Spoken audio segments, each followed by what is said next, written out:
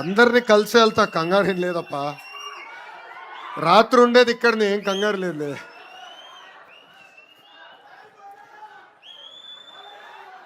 ఏమైనా డౌట్ ఉందా భయ్యా? అరే భయ్, మీ అందరి బాలయ్య, నా ఒక్కడికే ముద్దల మావయ్య.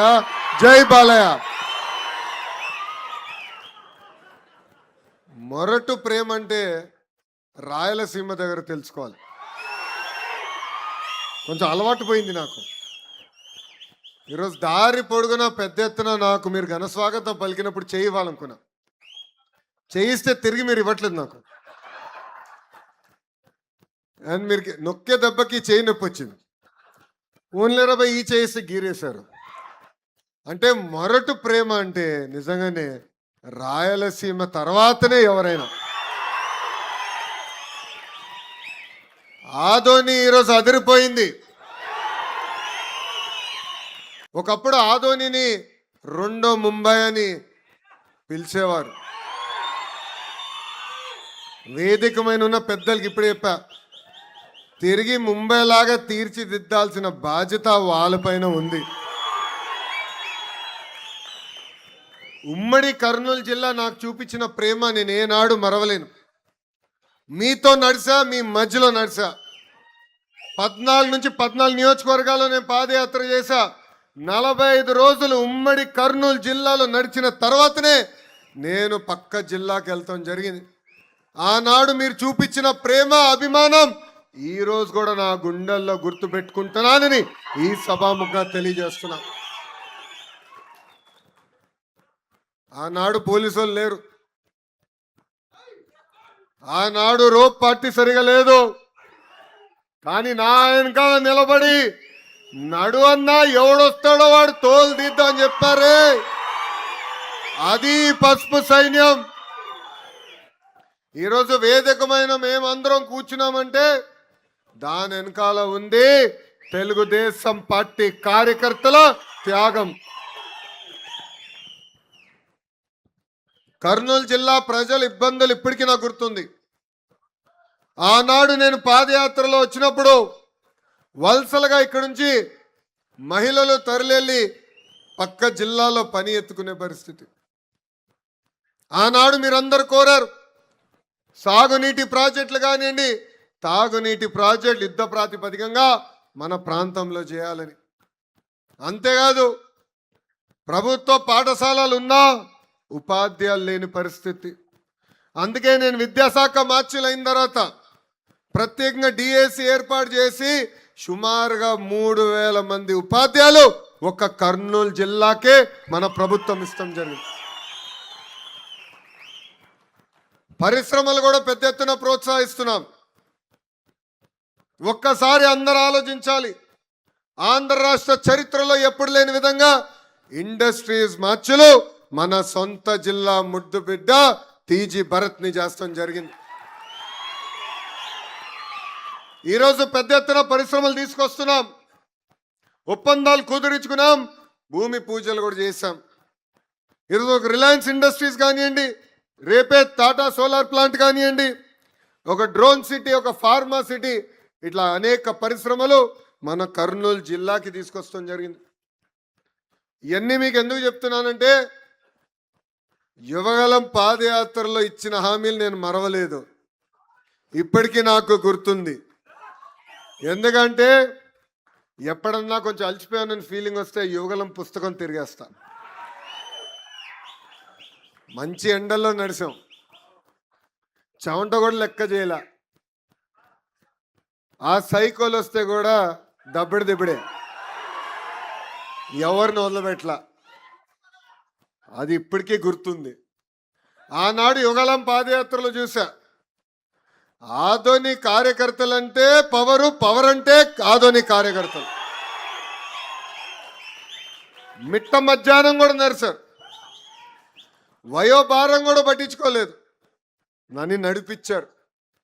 అది నాకు ఇప్పటికీ గుర్తుంది. ఇప్పుడే భరత్ ఒక మంచి మాట చెప్పాడు. 2019-24 మధ్యన మనం ఎంత ఇబ్బందులు పడ్డామో మనందరూ చూసాం, కానీ ఇప్పుడు మర్చిపోయినాం. ఆనాడు ఒక సైకో ముఖ్యమంత్రి ఉంటే రాయలసీమకి ఏం పీకాడు, అదే మన ప్రభుత్వ అధికారంలోకి వచ్చిన తర్వాత రాయలసీమకి ఏం చేశామనేది ఒక్కసారి ప్రజలు చెప్పాల్సిన అవసరం ఉంది. ఆ సైకో హయాంలో సీమలో గొడ్డలి గుర్తుందా, మర్చిపోయారా? గొడ్డలి సొంత బాబాయినే వాళ్ళు లేపేసి ఆ నెపం మన పైన వేశారు. ఆనాడు మనం సరిగా చెప్పుకోలే, ఎన్నికలు ఓడిపోయినాం. గులకరాయ కోడికెత్త చాలా డ్రామాలు ఉన్నాయి రా భయ్. ఒకడు ఇట్లా అంటున్నారు, ఇంకోటి ఇట్లా అంటున్నాడు, రెండు చేశారు. కానీ అదే మన అధికారంలో ఉన్నప్పుడు మన హయాంలో జొన్నగిరి గోల్డ్ పరిశ్రమ తీసుకొచ్చాం. వాళ్ళ హయాంలో బ్రహ్మణి స్టీల్స్ కుంభకోణం జరిగితే మన హయాంలో కడప స్టీల్ ప్లాంట్లు వేగంగా పరిగెత్తిస్తున్నాం. వాళ్ళ హయాంలో ఏకంగా రక్తం పారితే మన హయాంలో మిషన్ రాయలసీమ పేరుతో హార్టికల్చర్ని పెద్ద ఎత్తున ప్రోత్సహిస్తున్నాం. వాళ్ళ హయాంలో ఫ్యాక్షన్ దాడులు మన పైన చేస్తే మన హయాంలో ఈరోజు ఫ్యాక్టరీలు రాయలసీమకి తీసుకొస్తాం జరిగింది. ఒక పక్కన రాయల్ ఎన్ఫీల్డ్, ఇంకో పక్కన ఫైటర్ జెట్లు తయారు చేసే పరిశ్రమలు కూడా రాయలసీమకి తీసుకొచ్చిన ఘనత మన ప్రభుత్వాన్ని. ఏమనంటే సైకో అంటాడు, నేను రాయలసీమ బిడ్డని, రాయలసీమ బిడ్డని. ఆయన రాయలసీమకి పట్టిన క్యాన్సర్ గడ్డ. ఇది నేను ఇప్పుడు కాదు చెప్తాం, పాదయాత్రలో కూడా నేను చెప్పా. దానికి అనేక ఉదాహరణలు ఉన్నాయి. మనందరం బిందు సైతం పైన ఆధారపడి ఉంటాం. 2014-19లో 90% సబ్సిడీతో మనం డ్రిప్ ఇరిగేషన్ ఇచ్చేవాళ్ళం. అలాంటిది ఆ సైకో ముఖ్యమంత్రి అయిన తర్వాత ఏకంగా సబ్సిడీలు రద్దు చేశారు. ఇంకో పక్కన ఆయన సొంత జిల్లా అన్నమయ్య ప్రాజెక్ట్ గేట్లు కొట్టుకోపోతే మనుషులు చనిపోయారు. కనీసం వెళ్ళి ఆ కుటుంబాల్ని ఆనాడు పరామర్శించలేదు. కనీసం వాళ్ళకి అందించాల్సిన నష్టపరిహారం కూడా ఆనాడు అందజేయలేదు. ఇంతేకాదు మనకు ఉన్న పరిశ్రమలు కూడా తరిమేశారు. ఒక అమర్ రాజా, ఒక జాకీ, ఇలాంటి అనేక పరిశ్రమలు కూడా తరిమేసే పరిస్థితి. ఇది మీ అందరికి ఎందుకు గుర్తు చేస్తున్నానంటే, ఏదో ఇప్పుడు పరిశ్రమలు వస్తున్నాయి, సంక్షేమం జరుగుతుంది, అన్నీ బాగున్నాయి, ప్రజలందరూ గుర్తుపెట్టుకుంటారంటే చాలా పొరపాటు. గతంలో జరిగిన విధ్వంసం కూడా ప్రజలకి తెలియజేయాల్సిన బాధ్యత కార్యకర్తలందరిపైన ఉంది. 2025 మహానాడులో నేను చెప్పా, 6 శాసనాలు మనం ప్రకటించుకున్నాం. దాంట్లో నా గుండెకి దగ్గరైన శాసనం కార్యకర్తనే మా అధినేత. ఇది కేవలం చెప్తాను కాదు, ఆచరిస్తున్నాం. మన జరిగిన పార్టీ ఆవిర్భావ దినోత్సవం అప్పుడు గౌరవ ముఖ్యమంత్రి చంద్రబాబు నాయుడు గారు పక్కన కూర్చుంది కార్యకర్తలు. ఎవరైతే బూత్లో కష్టపడ్డారో వాళ్ళని తీసుకొచ్చి అధ్యక్షులు వారు పక్కన కూర్చోబెడతాం జరిగింది. కేంద్ర మంత్రులు, రాష్ట్ర మంత్రులు ఏకంగా వేదిక ముందల కూర్చునే పరిస్థితి. అది తెలుగుదేశం పార్టీ కార్యకర్తలకు ఇచ్చే గౌరవం. ప్రతిపక్షంలో ఉన్నప్పుడు మనం చూసాం ఒక తాతని, గుర్తున్నాడా? ఎవరు? అంజిరెడ్డి తాత. నామినేషన్ వేసేదానికి వెళ్ళినప్పుడు పేపర్ లాక్కున్నాడు, మీసాలు తిప్పి తొడగొట్టి రా బిడ్డ రా అని చెప్పాడే, ఆ అంజిరెడ్డి తాతనే నాకు స్ఫూర్తి. తోట చంద్రయ్య మెడపై కత్తి పెట్టి వాళ్ళ నాయకుడికి జైగొట్టు, వాళ్ళ పార్టీకి జైగొట్టమంటే జై తెలుగుదేశం, జై చంద్రబాబు నాయుడు అని చెప్పి ప్రాణాలు కోల్పోయాడే, ఆ తోట చంద్రే మనందరికీ స్ఫూర్తి. భారతదేశంలో ఏ రాష్ట్రంలో జరిగిన విధంగా ఏకంగా రాజకీయ కక్షలో చనిపోయిన కుటుంబానికి ఈరోజు ప్రభుత్వ ఉద్యోగం ఇచ్చిన ఘనత ఒక తెలుగుదేశం పార్టీది. తోట చంద్రే కొడుక్కి ఎన్ని కష్టాలు వచ్చినా చట్టాల్ని సవరించి శాసనసభ చట్టం పాస్ అవుతే శాసన మండలిలో వాళ్ళు అడ్డుకున్నారు. 2 సార్లు తిరిగి పంపించినా చివరికి పాస్ చేపించి ఏకంగా వాళ్ళ అబ్బాయికి ప్రభుత్వ ఉద్యోగం ఇచ్చిన ఘనత మన పార్టీది. అందుకే చెప్తున్నా, కార్యకర్తనే అధినేత అని చెప్పే విషయంలో ఎక్కడ మేము వెనకాడం. మన జోనల్ కోఆర్డినేటర్లు అందరితో మేము మీటింగ్ పెట్టుకున్నాం. వాళ్ళు కూడా చాలా స్పష్టంగా చెప్పా.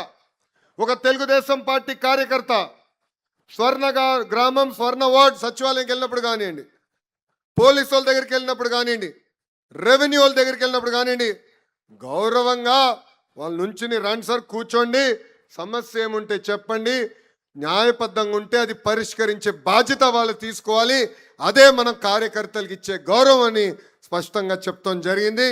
అది ఆచరణలో తీసుకొచ్చే బాధ్యత మన పార్టీ మన ప్రభుత్వం తీసుకుంటుందని ఈ సభాముఖంగా కార్యకర్తలందరికీ నేను హామీ ఇస్తున్నా. మీ అందరు తెలుసు 2024 ఎన్నికల్లో ఎలాంటి పరిస్థితుల్లో మన ప్రభుత్వం ఏర్పడిందో. ఈరోజు 2 సంవత్సరాల ఆదాయం పెంచి రూపాయి ఆదాయం వస్తే రూపాయి 40 పైసలకి ఖర్చు తీసుకొచ్చాం. భారతదేశంలో ఏ రాష్ట్రం ఇవ్వని విధంగా 4,000 రూపాయలు పెన్షన్ మనం ఇస్తున్నాం. తల్లికి వందనం కింద ఎంతమంది బిడ్డలున్నా అంతమంది బిడ్డలకి డబ్బులు అందజేస్తున్నాం. స్త్రీ శక్తి కింద మహిళలు ఉచితంగా బస్సులో ప్రయాణించి హక్కు కల్పిస్తున్నాం. దీపం పథకం ద్వారా ఏకంగా 3 గ్యాస్ సిలిండర్లకి డబ్బులు కూడా మనం వేసింది ఘనత. మత్స్యకారులకు డబ్బులు ఇస్తున్నాం, ఆటో డ్రైవర్లకి డబ్బులు ఇస్తున్నాం, ఏకంగా చేనేత సోదరులు కూడా డబ్బులు ఇచ్చిన ఘనత ఒక తెలుగుదేశం పార్టీది, ఎన్డీఏ ప్రభుత్వాన్ని. అన్ని చేశామనట్లేదు, కానీ ఒక పట్టుదలతో ఇచ్చిన ప్రతి హామీ నిలబెట్టుకుంటూ వెళ్తున్నాం. సంక్షేమ అభివృద్ధి అనేది జోడెద్దుల బండి, 2 తీసుకెళ్లాల్సిన అవసరం ఉంది. కేవలం సంక్షేమం చేస్తే, అది ఒకటే చేస్తే రాష్ట్రం బాగుపడుతుంది అనుకుంటే చాలా పొరపాటు. ఒక పక్కన సంక్షేమం, ఇంకో పక్కన అభివృద్ధి చేయాలి. మీరే చూసారు రోడ్లు ఎంత అద్భుతంగా మనం వేసాము. కేవలం గుంటలు పూడ్చేదానికి 2,000 కోట్ల రూపాయలు మనకు ఖర్చు అయింది. సో 2 కలిసికట్టుగా తీసుకెళ్తున్నాం. చేసిన మంచి పనులు ప్రజలకి తెలియజేయాల్సిన బాధ్యత ఇక్కడున్న కార్యకర్తలందరిపైన ఉంది.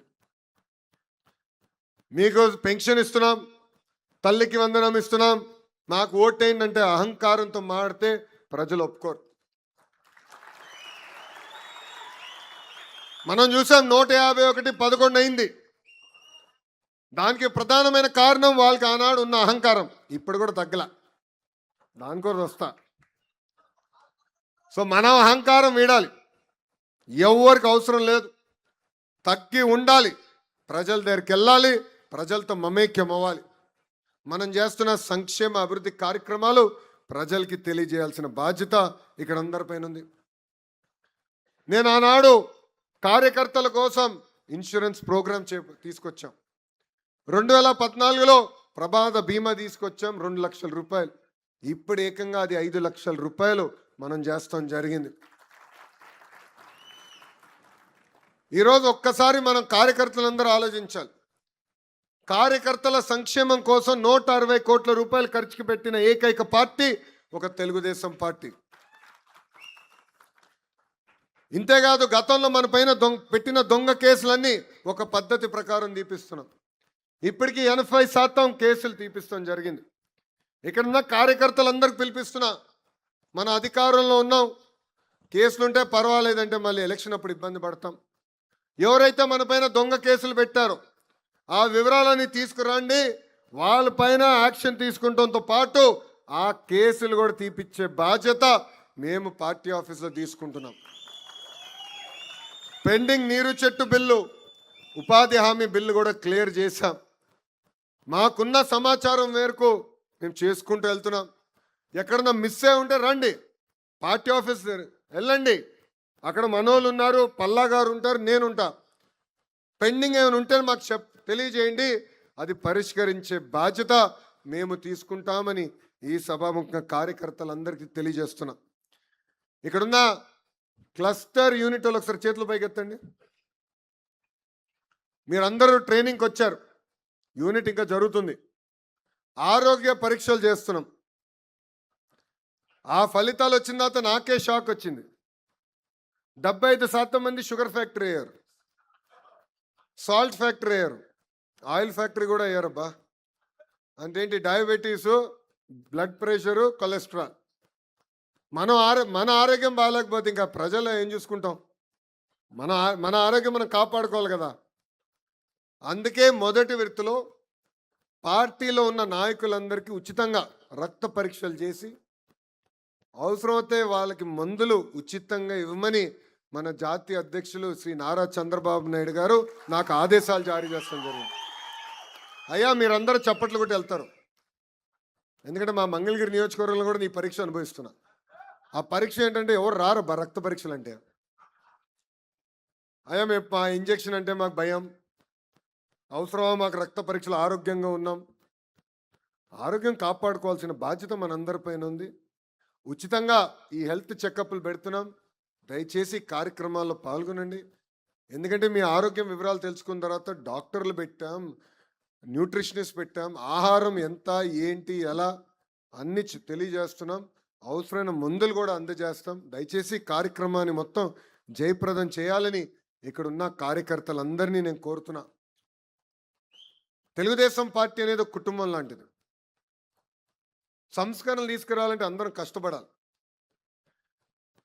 జిల్లా పార్టీ వ్యవస్థ నుంచి పార్లమెంట్ పార్టీ వ్యవస్థ తీసుకొచ్చేదానికి నేను చాలా కష్టపడ్డా. అనేక ఇబ్బందులు ఎదుర్కొన్నా. ఒక పాలిట్ బ్యూరో కాదు, 2 పాలిట్ బ్యూరో కాదు, నాకు 3 పాలిట్ బ్యూరో మీటింగ్లు పెట్టింది. నేను 1-10 సార్లు పోరాడా. నమ్మకున్న సిద్ధాంతాల కోసం పోరాడా. నేను ఏది వదిలిపెట్టలేదు. దయచేసి ఇది ఇక్కడున్న కార్యకర్తలందరూ గుర్తు చేసుకో. సమస్యలు ఉంటాయి, కుటుంబం అన్నప్పుడు సమస్యలు ఉంటాయి. కానీ మనం 4 గోడల మధ్యన కూర్చుని మన సమస్యలు మనం పరిష్కరించుకోవాలి. ఇక్కడున్న కార్యకర్తలందరికీ ఒక విజ్ఞప్తి. మీరు చూశారు, ఇప్పుడు ఒక క్యాంపెయిన్ చేస్తున్నాం, నా తెలుగుదేశం నా బాధ్యత అని. ఏంటది? మళ్ళీ చెప్పండి. ఇది మీకు ఎందుకు చెప్తున్నానంటే మీరందరు నాయకులు. ఈరోజు ఈ మీటింగ్ వచ్చిన మీరందరు నాయకులు. ఒక బూత్ స్థాయి కానీ, యూనిట్ కానీ, క్లస్టర్ కానీ, మండల్ కానీ, నియోజకవర్గం కానీ, పార్లమెంట్ కానీ, రాష్ట్ర స్థాయి నాయకులు మీరు. సమస్యలు మీరు పరిష్కరించాలి. ఆ బాధ్యత మీరు తీసుకోవాలి. వ్యవస్థ పనిచేసే విధానం మార్పు తీసుకొచ్చే బాధ్యత మేము తీసుకుంటాం. మీరే మిమ్మల్ని చూసినప్పుడు నాయకులు కనపడుతున్నారు. మీరే మా నాయకులు, మా భవిష్యత్తు నాయకత్వం. సో మనకి సమస్యలు ఉంటే 4 గోడల మధ్య మాట్లాడాలి, చర్చించాలి, ఓపికగా కూర్చోవాలి, మాట్లాడుకోవాలి. మీ స్థాయి అవ్వకపోతే యూనిట్ దగ్గరికి వెళ్ళండి, యూనిట్ అవ్వకపోతే క్లస్టర్ దగ్గరికి వెళ్ళండి, మండల్ దగ్గరికి వెళ్ళండి, నియోజకవర్గ స్థాయికి తీసుకురండి. దాని తర్వాత కూడా అవ్వకపోతే పార్లమెంట్ పార్టీ అధ్యక్షురాలు ఉన్నారు, ఇన్ఛార్జ్ మార్చిలు ఉన్నారు, జోనల్ కోఆర్డినేటర్ ఉన్నారు. ఏ పని మేము వదిలిపెట్టట్లేదు. మీరు మై టీడీపీ వాడుతున్నారా? మై టీడీపీలో మీరు మీటింగ్ పెట్టుకున్నప్పుడు వివరాలు ఎంటర్ చేయమంటున్నాం. దాంట్లో కొంతమంది సందేహాలు కూడా వ్యక్తం చేశారు. ఇది ఎవరైనా చూస్తున్నారా, ఎవరైనా చదువుతున్నారా అని. దాంట్లో కూడా మీరు ఎంటర్ చేశారబ్బా. మామూలు తెలివి కాదు. మీరేమనుకున్నాడు, ఎవడు చూడట్లేదు అనుకున్నారు. కానీ మీ లోకేష్ మిమ్మల్ని వదిలిపెట్టాడబ్బా. మీరు ఇచ్చిన ప్రతి ఫీడ్బ్యాక్ సీరియస్గా తీసుకుంటున్నాం. మీరు అక్కడ ఎంటర్ చేస్తే అది నేరుగా మాకు తెలుస్తుంది. పాదయాత్రలను కార్యకర్తలు కలిసినప్పుడు ఒకటే మాట అన్నారు, అయ్యా పని చేయనోడికి పని చేసేవాడు మధ్యన తేడా మీరు చూపించండి అని. ఈరోజు మీరు చూడండి, అందరికీ న్యాయం చేసామని నేను అనట్లా. కానీ ఈరోజు నామినేటెడ్ పదవులు ఇచ్చామంటే కార్యకర్తలు ఎత్తుక్కుంటూ వెళ్ళి నామినేటెడ్ పదవులు ఇచ్చిన ఘనత మంది. నేను మిమ్మల్ని అందరూ కోరేది వ్యవస్థను నమ్మండి. మీరు చేస్తున్న ప్రతి కార్యక్రమం మై టీడీపీ ద్వారా తెలియజేయండి. ఇప్పుడు మనం డోర్ టు డోర్ ప్రోగ్రాం కూడా ప్రకటించాం.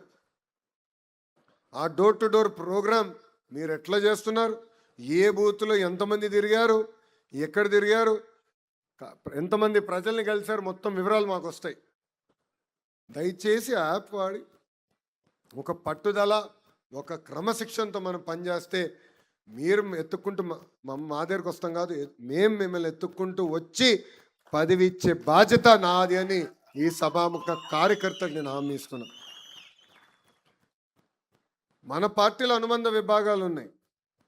తెలుగు యువత, తెలుగు మహిళ, తెలుగు విద్యార్థి, టిఎన్ఎస్ఎఫ్, తెలుగు రైతు, ఐటీడీపీ, ఇట్లా అనేక అనుబంధ విభాగాలు ఉన్నాయి.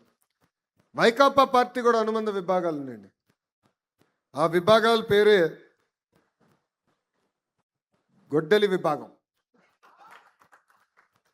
ఇంకొక విభాగం పేరు విధ్వంస విభాగం. ఇంకొక విభాగం పేరు బూతులు తిట్టేవారు. సో మనకి నాయకులు ఉన్నారు, వాళ్ళకి నాయకులు ఉన్నారు. మనకి వాళ్ళకి తేడా ఏంటనేది ప్రజలకి తెలియజేయాల్సిన బాధ్యత ఇక్కడున్న కార్యకర్తలందరిపైన ఉంది. మన పార్టీలో కూడా యువ నాయకత్వం వస్తుంది, నరనరాల పారుతుంది. ఆ పార్టీలో కూడా కొంతమంది యువకులు ఉన్నారు. ఒకడేమో హిట్ అండ్ రన్ కేసులో ఉన్నాడు, ఇంకొకడేమో భార్యని వేధించే కేసులో ఉన్నాడు, ఇంకొకడేమో ల్యాండ్ డాక్యుమెంట్లు ఫోర్జరీ చేసి కేసులో ఉన్నాడు, ఇంకొకడేమో ఏకంగా కిడ్నాప్ చేసి, ఒక వ్యక్తిని కిడ్నాప్ చేసి, పొగాకు ట్రేడర్ని కిడ్నాప్ చేసి ఆ కేసులో ఉన్నాడు. సో మన పార్టీకి వాళ్ళ పార్టీకి ఉన్న మధ్య తేడా ప్రజలకి తెలియజేయాల్సిన బాధ్యత ఇక్కడున్న కార్యకర్తలందరిపైన ఉంది. ఈరోజు మనం చూస్తున్నాం, వాళ్ళు ఫేక్ ప్రచారం అద్భుతంగా చేస్తారు. అది నరనరాల వాళ్ళ డిఎన్ఏలో ఉంది. బహుశా అబద్ధాలు చెప్పేది కూడా ఒక డిపార్ట్మెంట్ ఉంది, వాళ్ళకి ఒక విభాగం ఉంది. అసలు డిఎస్సి అంటే తెలుగుదేశం, తెలుగుదేశం అంటే డిఎస్సి. 2 లక్షల మంది ఉపాధ్యాయుల్ని నియమించింది తెలుగుదేశం పార్టీ. నేను విద్యాశాఖ మార్చిలో అయిన తర్వాత 150 రోజుల్లో 250 కేసులు పడినా ఎక్కడ ఇబ్బంది లేకుండా 16,000 టీచర్ పోస్టులు మనం భర్తీ చేస్తాం జరిగింది. అందుకే అనుకుంటా ఆ సైకోకి టీచర్లు అంటే చాలా కోపం. ఇప్పుడు ఏకంగా నా పైన ఆరోపణలు చేస్తున్నాడు. అందుకే ఆ వ్యక్తికి చెప్పాలనుకుంటున్నా, జగన్కి, అయ్యా 10th క్లాస్ తప్పిన బ్యాచ్ మేము కాదు, అయ్యా స్టాన్ఫర్డ్కి వెళ్ళిన బ్యాచ్ మేము. 3వ సారి నిన్ను ఛాలెంజ్ చేస్తున్నా Jagan. My dear Jagan, time date నువ్వు ఫిక్స్ చేయి, చర్చకు నేను సిద్ధం, నువ్వు సిద్ధమా అంటున్నా.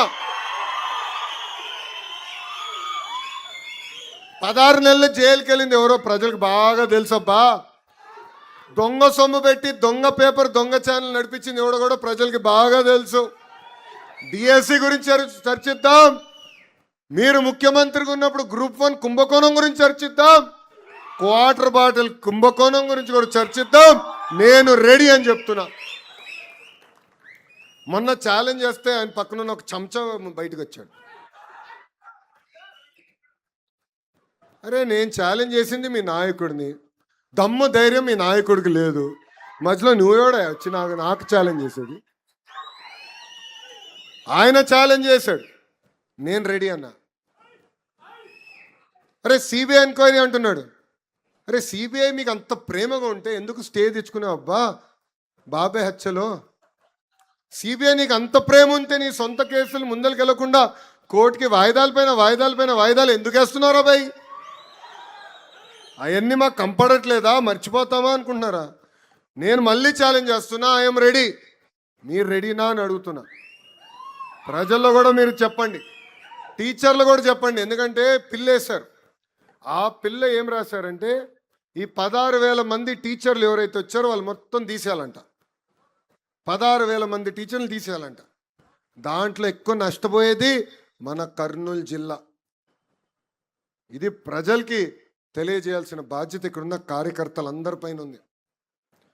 ఆ పార్టీకి ఒక జబ్బు కూడా ఉందండి. ఆ జబ్బు పేరు తెలుసా మీ అందరికీ?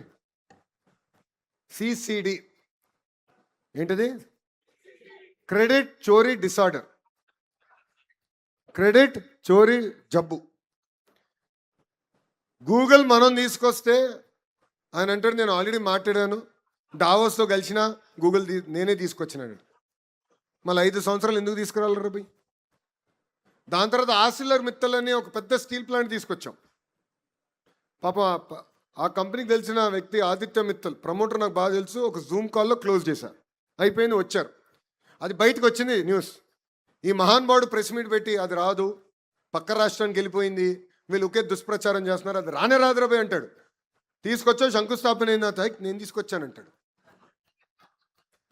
ఇట్లనే కానిస్తే, ఇట్లనే మనం ఊరుకుంటే ఆగస్ట్ 15th వచ్చినప్పుడు చెప్తాడు. ఏం చెప్తాడంటే, మా తాత పోరాడాడు రాబాయ్ స్వాతంత్రానికి, గాంధీ తాత కన్నా మా తాత గొప్పవాడు, మా తాత వల్లనే స్వాతంత్రం వచ్చిందని చెప్తాడు. ఇది క్రెడిట్ చోరీ డిసార్డర్ అంటే. ఇప్పుడు భోగాపురం పైన కూడా బయలుదేరాడు. 5 సంవత్సరాలు ఏం పనులు చేయలా, పట్టించుకోలా, కనీసం ఒక్కసారి వెళ్ళి చూడలా. ఇప్పుడు ఎయిర్పోర్ట్ అయిపోయింది, ప్రధానమంత్రి గారు వచ్చి ఓపెనింగ్ వస్తుంటే ఇప్పుడు బయలుదేరాడు మహానుభావుడు. అందుకే ఆ జబ్బు ఉంది పాపం. లండన్ మందులు సరిగ్గా పనిచేయట్లేదు ఈ మధ్యన. ఇదంతా ప్రజలకి తెలియజేయాల్సిన బాధ్యత ఇక్కడ అందరిపైన ఉంది. ఎందుకంటే పని చేస్తాం ఎంత ముఖ్యమో మన చేసిన పనులు ప్రజలు తెలియజేయాలి. మన అనేక సంస్కరణలు తీసుకొస్తున్నాం, అది మనం తెలుసుకోవాలి, ప్రజల దగ్గరికి వెళ్ళాలి, ప్రజల్లో చైతన్యం తీసుకొచ్చే బాధ్యత మనందరం తీసుకోవాలి. నైనా ఇక్కడ ఆగండి పోలీస్ సోదరులా, నైనా ఎందుకు వదిలేయండి, ఎందుకు కంగారు పడతారు మీరు? కూల్గా ఉండండి, ఎందుకంత పడతారు?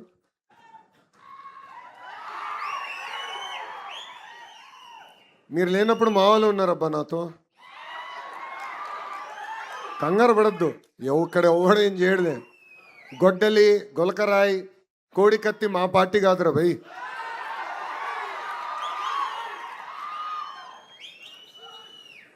ఇక్కడున్న కార్యకర్తలందరికీ ఒక పిలిపిస్తున్నాం. ఇప్పుడు డోర్ టు డోర్ కార్యక్రమాన్ని మనం చేపట్టాలన్నాం.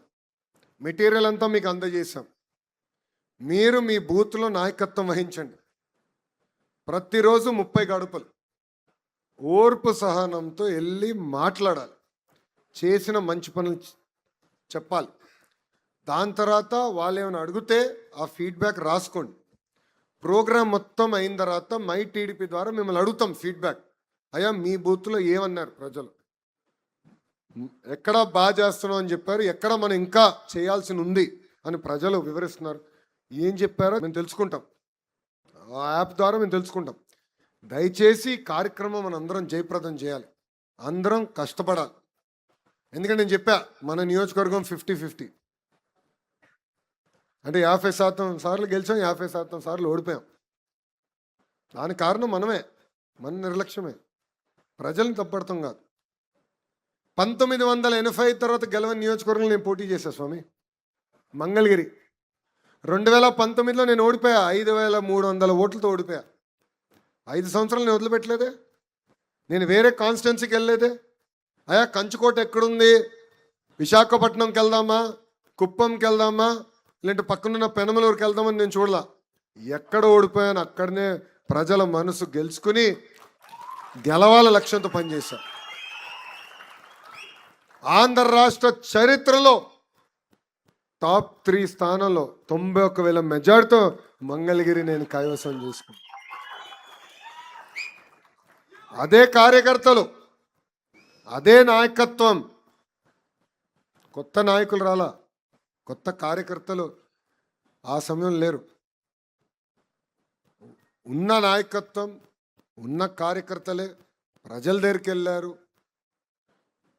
కరెక్ట్గా లోకేష్ 23 రోజుల ముందర వచ్చాడు.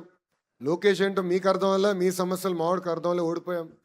5 సంవత్సరాలు కష్టపడ్డాం, అనేక సంక్షేమ కార్యక్రమాలు చేసాం. గుర్తుపెట్టుకోండి, ప్రతిపక్షంలో ఇంత కష్టపడ్డామంటే అధికారంలోకి వచ్చిన తర్వాత ఎంత కష్టపడతాం, ఎంత మంచి పనులు చేయగలుగుతామని ప్రజలందరికీ వివరించారు.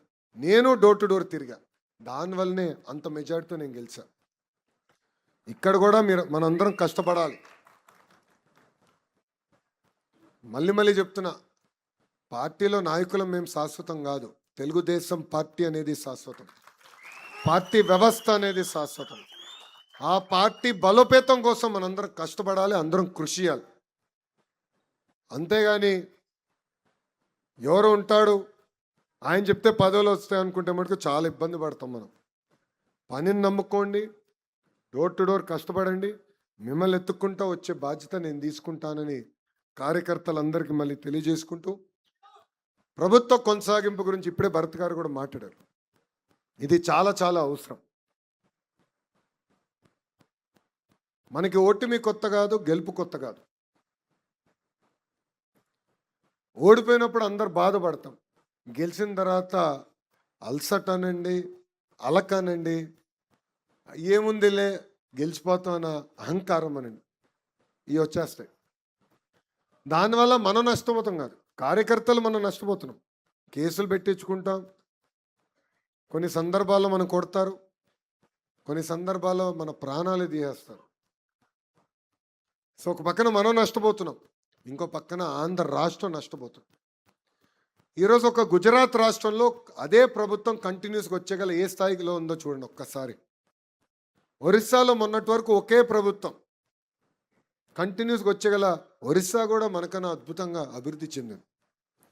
సో మన రాష్ట్రంలో కూడా ప్రభుత్వ కొనసాగింపు అనేది చాలా చాలా అవసరం. 1,05,00,000 మంది కుటుంబం మంది, పెద్ద కుటుంబం.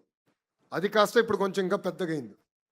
జనసేన పార్టీ ఉంది, భారతీయ జనతా పార్టీ కూడా ఉంది.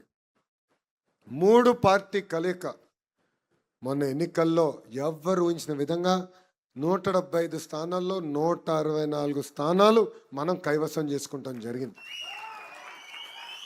ఈ ఐక్యత ఉండాలి. సమస్యలు ఉండొచ్చు, 4 గోడల మధ్యన మాట్లాడుకుందాం, ఆ సమస్యలు పరిష్కరించుకుందాం, కానీ వదలబెట్టేది లేదు. No cross fire, no misfire, no విడాకులు. క్లారిటీగా మీ అందరూ తెలియజేస్తున్నా. ఎందుకంటే మన పార్టీ ముసుగులో జనసేన పార్టీని తిట్టేవాళ్ళు ఉంటారు, జనసేన పార్టీ ముసుగులో భారతీయ జనతా పార్టీని తిట్టేవాళ్ళు ఉంటారు, భారతీయ జనతా పార్టీ ముసుగులో మన తిట్టేవాళ్ళు ఉంటారు.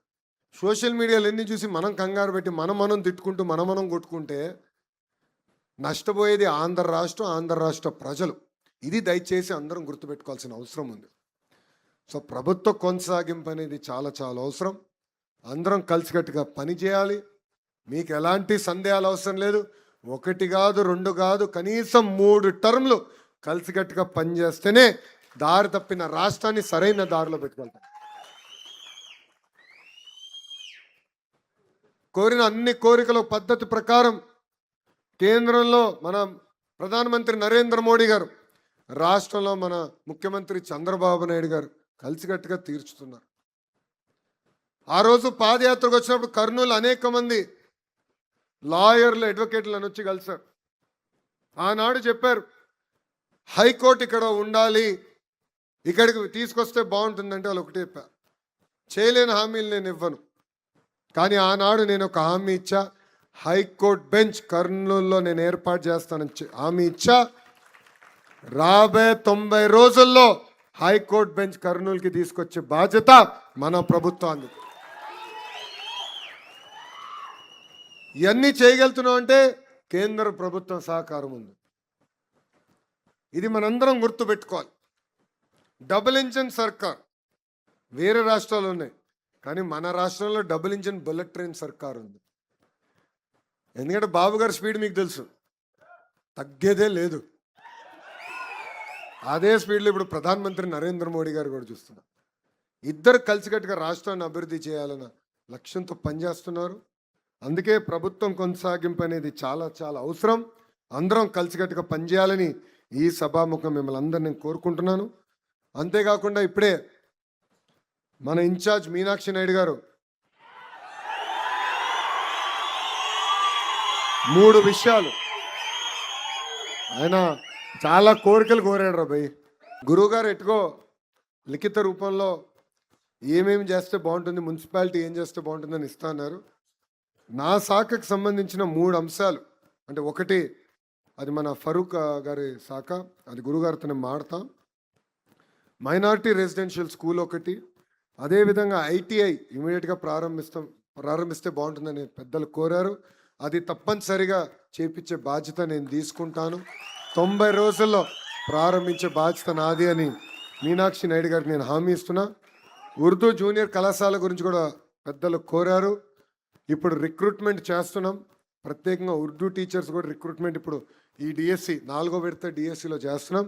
అది కూడా త్వరలో ప్రారంభించే బాధ్యత నేను తీసుకుంటానని గౌరవ ఇన్ఛార్జ్ గారికి తెలియజేసుకుంటున్నాను.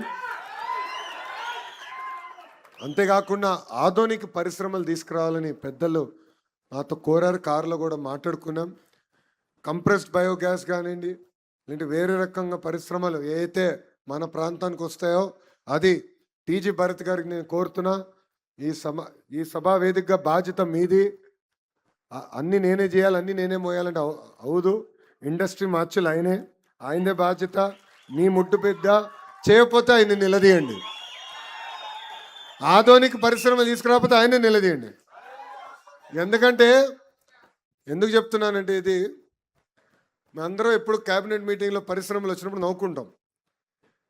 ఎందుకంటే ఒక టీమేమో వైజాగ్, ఒక టీమేమో అమరావతి, ఇంకో టీమేమో రాయలసీమ అని. సో అందరం నవ్వుకుంటాం. ఈరోజు ఎక్కడ పంపించాలి, ఏ పరిశ్రమ ఎక్కడికి వెళ్తే బాగుంటుందని చర్చిస్తాం. రాయలసీమకి పరిశ్రమలు వచ్చినాయి, గతంలో కూడా వచ్చినాయి. ఒక కియా వచ్చింది, అదేవిధంగా హీరో మోటార్స్, ఇట్లా అనేక పరిశ్రమలు వచ్చినాయి. కానీ కర్నూలుకి తీసుకురావాలి, ఒక కంకణం కట్టుకుని ఒక బాధ్యతగా చేశారు. అది మన ఇండస్ట్రీస్ మార్చులు. ఆయన వల్లనే ఈ పరిశ్రమలు కర్నూలుకి వచ్చింది. ఇప్పుడు ఆయన పైన బాధ్యత ఉందబ్బా. ఓర్పు సహనంతో పనిచేద్దాం, ఆడుతూ పాడుతూ పనిచేద్దాం, తిరిగి మళ్ళీ కూటమిని గెలిపించుకుందాం. మళ్ళీ ఆంధ్ర రాష్ట్రానికి ముఖ్యమంత్రిగా చంద్రబాబు నాయుడు గారిని చేసే వరకు మనం ఎవ్వరం పడుకునేదాకలా. అయ్యా ఇప్పటివరకు మీరు బాబు గారిని చూశారు, ఇప్పుడు నేను వర్కింగ్ ప్రెసిడెంట్ అయ్యా. బాబు గారు కఠినంగా ఉంటారనుకుంటే చాలా పొరపాటు పడుతున్నారు. నేను మిమ్మల్ని ఎవరిని వదిలిపెట్టాను. నేను పడుకోను, మిమ్మల్ని పడుకొని అందరినీ పరిగెత్తిస్తా. ఎవరైతే పని చేస్తారో వాళ్ళని ప్రోత్సహిస్తా. ఎవరైతే పని చేయరో, పదవి తీసుకుని ఇంట్లో పడుకుంటారో, ఒక్కసారి చెప్తా, రెండోసారి చెప్తా, మూడోసారి దండం పెట్టి మార్చేస్తా. నాకు ఎలాంటి మొహమాటాలు ఉండవు. మొహమాటం బాబు గారి డిపార్ట్మెంట్ అబ్బా, నాది కాదు.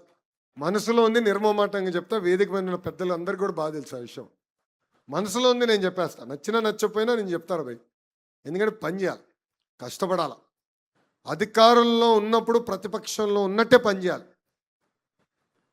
ఆ కసి ఉండాలి, అప్పుడే మనం అనుకుంది సాధించగలుగుతాం. సో కలిసికట్టుగా పనిచేద్దాం, తిరిగి పసుపు జెండా ఎగిరేద్దాం.